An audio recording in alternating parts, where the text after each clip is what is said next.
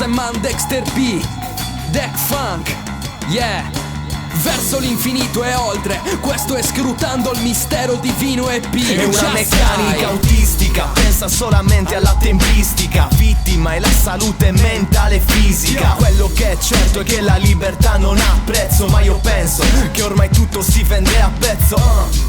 Conosco persone che quasi non vedono ferie, altre sedute in poltrona che invece da anni vivono solo a nostre spese. Forse è un caso o un pezzo di puzzle che tutto per intero crea un diffuso divario. E io appeso qua fra strane realtà, integrare gli immigrati qui una velleità, senza neanche porre un piano di riserva che regoli il decorso della scelta in caso di emergenza. E quanta furbizia regola anche l'andamento della mia provincia. Riflettici un po' e dai sfogo alla grinta, altrimenti non usciamo vivi da quest'ingiustizia. Abbraccia Peyron, se no qua ti disperi o ti sommerge l'inferno. Metto la firma per la mia integrità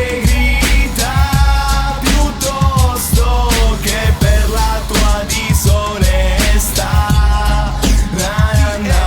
È una sfilza di cadaveri ammassati fra le ceneri, e le masse popolari a processione fanno esodi. La verità occultata dagli effetti palcoscenici, poiché dietro le quinte gli interessi sono strategici. Il popolo è sovrano ma ci manca la corona. Siamo sciacalli a caccia che setacciano la zona. Qui è cane mangia cane, quindi becchiamo di gola. Adattati al più presto pure fine della storia. Allarme popolare, i tagliagole stan bussando. Tu spranga le finestre preparati per l'assalto, ma dir che siamo disperati sai ci vuol coraggio. Ci siamo dimenticati a casa loro c'è l'embargo. Ancora l'uomo bianco cerca carburante fossile, il resto del mio branco vuole soluzioni logiche. Oggi la libertà è diventata monopolio, adattata per campare con la flebo di petrolio. Peyron, se no qua ti disperi o ti sommerge l'inferno.